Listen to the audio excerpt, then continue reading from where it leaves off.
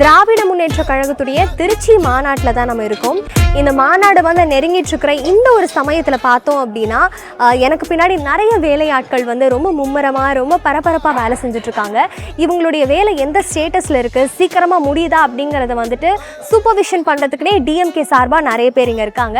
DMK உடைய இந்த திருச்சி மாநாடே இவருடைய தலைமையில் தான் நடக்குது அப்படின்னு சொல்லலாம். நம்ம அமைச்சர் கே நேரு அவர்கள் திராவிட முன்னேற்ற கழகத்துடைய இந்த திருச்சி மாநாட்டை பொறுத்த வரைக்கும் பார்த்தோம்னா மொத்தமா வந்து 750 ஏக்கர்ல வந்து அமைச்சிருக்காங்க. இந்த ஒரு பிரம்மாண்டமான மாநாடு வந்து இந்த இடத்துல தான் நடக்க போகுது. அது மட்டும் இல்லாம இந்த ஸ்டேஜா இருக்கட்டும், இந்த மேடையை ஒட்டி இருக்கிற இந்த மக்கள்லாம் வந்து அமர்றதுக்கான இந்த இருக்கையெல்லாம் போட்டிருக்காங்க இல்லையா, இந்த சேர்ஸ் எல்லாம், அந்த இடம் மட்டுமே 250 ஏக்கருக்கு வந்து அமைஞ்சிருக்கு.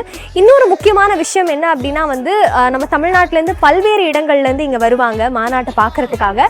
அந்த மக்களுக்கு வந்து எந்த ஒரு இடையூறும் இருக்கக்கூடாது, ரொம்ப வந்து ஸ்பேஷியஸாக அவங்களுடைய காராக இருக்கட்டும், அவங்களோட வெஹிக்கலாக இருக்கட்டும், அது எல்லாத்தையுமே நிறுத்துறதுக்கு ஜியோ டேக் யூஸ் பண்ணி இவங்க வந்து பார்க்கிங் ஃபெசிலிட்டிஸ் அரேஞ்ச் பண்ணியிருக்காங்க.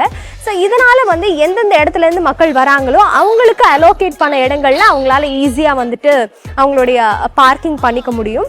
இன்னொரு விஷயம் என்னென்னா வந்து ஒரு சேஃப்டி பர்பஸ்க்காக ப்ரையோரா வந்து இவங்க ஆம்புலன்ஸும் நிறைய ரெடி பண்ணி வச்சிருக்காங்க. நான் ஏற்கனவே சொன்ன மாதிரி இந்த மாநாட்டுக்கு வரக்கூடிய பொதுமக்கள் உட்கார்றதுக்கான அந்த சீட்டிங் அரேஞ்ச்மெண்ட்ஸ் பார்த்தீங்கன்னா ரொம்ப ஸ்பேஷியஸான ஒரு இடத்துல கொடுத்துருக்காங்க.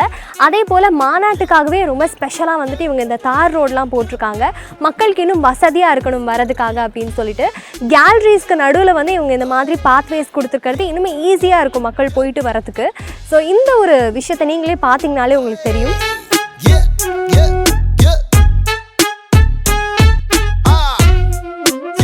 ரொம்பவே பிரம்மாண்டமா அவங்க ரெடி பண்ணிட்டு இருக்காங்க இந்த மாநாட்டை. முக்கியமா ஒரு விஷயம் சொல்லணும் அப்படின்னா, முதல் முறை வந்து திராவிட முன்னேற்ற கழகம் அவங்களுடைய 2வது மாநாட்டை திருச்சியில தான் பண்ணாங்க. அது 4 நாளைக்கு தொடர்ச்சியா நடந்துச்சு 1956. இந்த வகையில நம்ம பார்த்தோம் அப்படின்னா, எப்பவுமே திருச்சியில அவங்க ஒரு மாநாட்டை நடத்துறாங்க திராவிட முன்னேற்ற கழகம் அப்படின்னா அது சக்சஸ்ஃபுல்லா தான் அமையும். அந்த வருஷம் அவங்க தான் ஆட்சி அமைப்பாங்க அப்படிங்கிறது மக்கள் மத்தியில பரவலா பேசப்பட்டு இருக்கிற ஒரு விஷயமா இருக்கு. அமைச்சர் கே நேரு அவர்கள் திருச்சி மண்ணுக்கு வந்தாலே கண்டிப்பா இவரை பத்தி நீங்க கேட்டிருக்காம இருந்திருக்கவே முடியாது. ஏன்னா இந்த மண்ணுடைய சொந்தக்காரர் அப்படின்னே சொல்லணும். இந்த மண்ணிலேயே பிறந்து இந்த மக்களுக்கு நிறைய நற்பணி செய்யணும் அப்படிங்கறதுலதான் வந்துட்டு இவருடைய மெயின் கொள்கையா இருந்துட்டு இருக்கு. இப்ப கூட இந்த ஒரு பிரம்மாண்டமான இந்த ஒரு மாநாட்டை வந்துட்டு இவருடைய மேற்பார்வையில தான் நடத்திட்டு இருக்காங்க. நிறைய விஷயம் சூப்பர்வைஸ் பண்ணி இவங்க வந்து எப்படி எப்படி பண்ணணும் அப்படிங்கிற லீட்ஸ் எல்லாம் கொடுத்துட்டு இருக்காரு. முக்கியமா ஒரு விஷயம் சொல்லணும் அப்படின்னா, பல டீகேட்ஸா பல வருஷங்களா வந்துட்டு இவர் வந்து திருச்சியில வந்து மக்கள் மனசுல நிலைச்சு நின்றுட்டே இருக்காரு. அது ஒரு பெரிய விஷயம் அப்படின்னே சொல்லணும்.